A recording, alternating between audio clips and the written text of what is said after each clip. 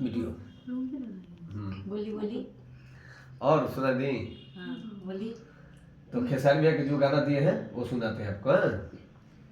सुनाए सनम गाम दिहल बरिया रे, जिए के मन ना करे देख तोहर मारे, हम करी प्यार तोहसे हो हम करी प्यार तोहसे, तू तो सजा देलू, तुहार दिल ह कि चार जर कतही लगा लेलू, तुहार दिल ह कि चार जर कतही लगा लेलू, कब न मुस्कुरालू तू क्षण में रूठ जालू तू, जरत जैसे दिया होके वैसे बुत जालू तू, कब न मुस्कुरालू तू क्षण में रूठ जालू तू, जरत जैसे दिया होके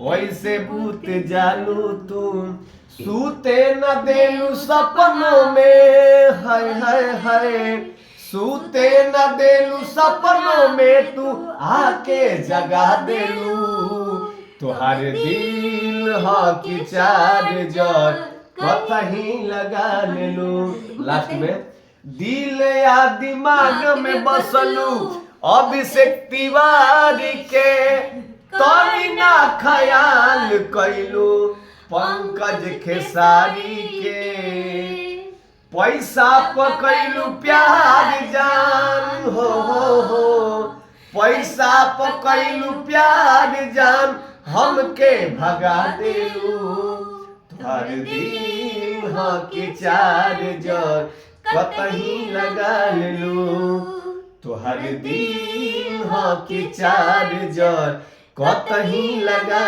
लेलू।